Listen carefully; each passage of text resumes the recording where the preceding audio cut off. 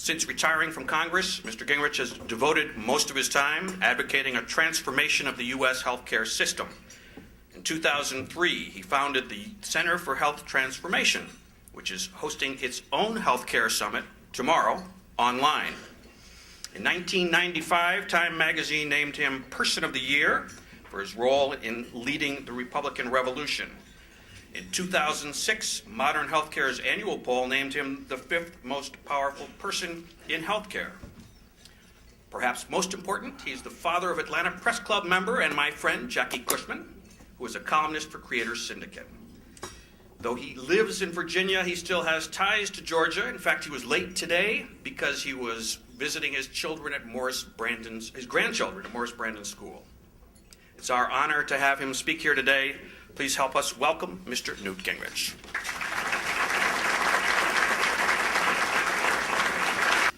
In the long run, you can think of the challenge we're facing as a triangle.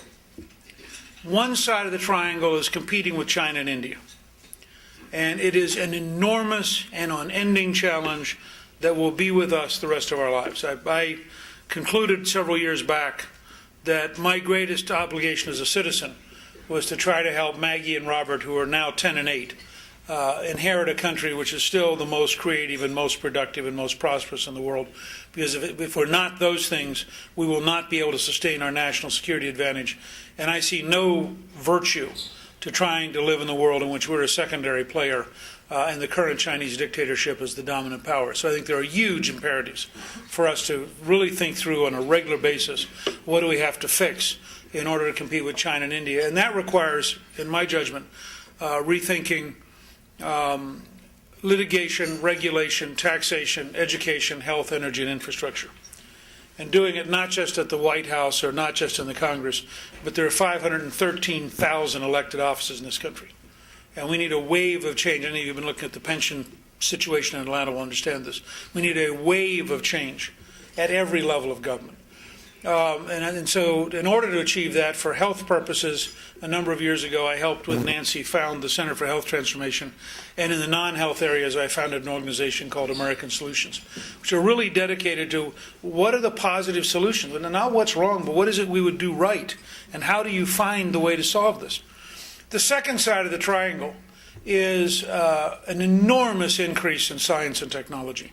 Our best guess is that in the next quarter century, there will be 4 to 7 times as much new science as there was in the last quarter century. No one knows how to deal with it. I met last year with 70 top scientists at the Air Force and talked about it.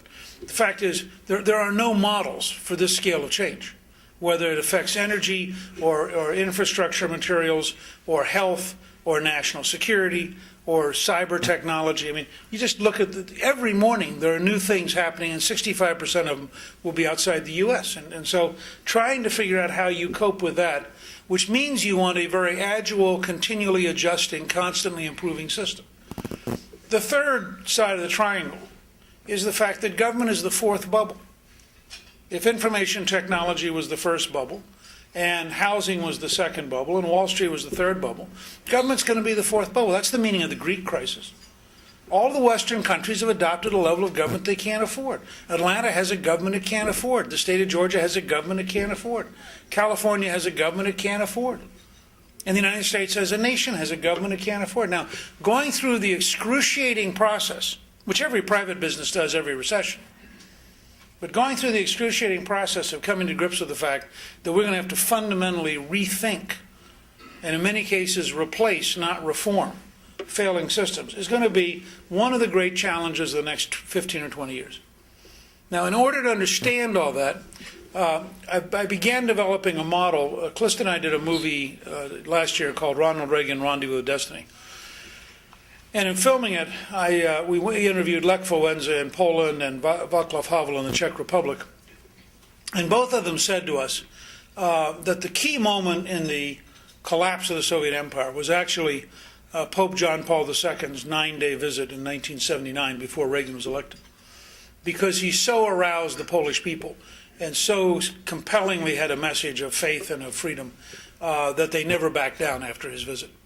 And We went back, and this year we've actually made a movie we'll release in April called 9 Days That Changed the World, which is about the visit. One of the things we learned that fascinated me, and I think applies directly to us, is that the Polish people in this 10-year-long struggle adopted the slogan, 2 + 2 = 4. No, it's bold, it's out on the edge.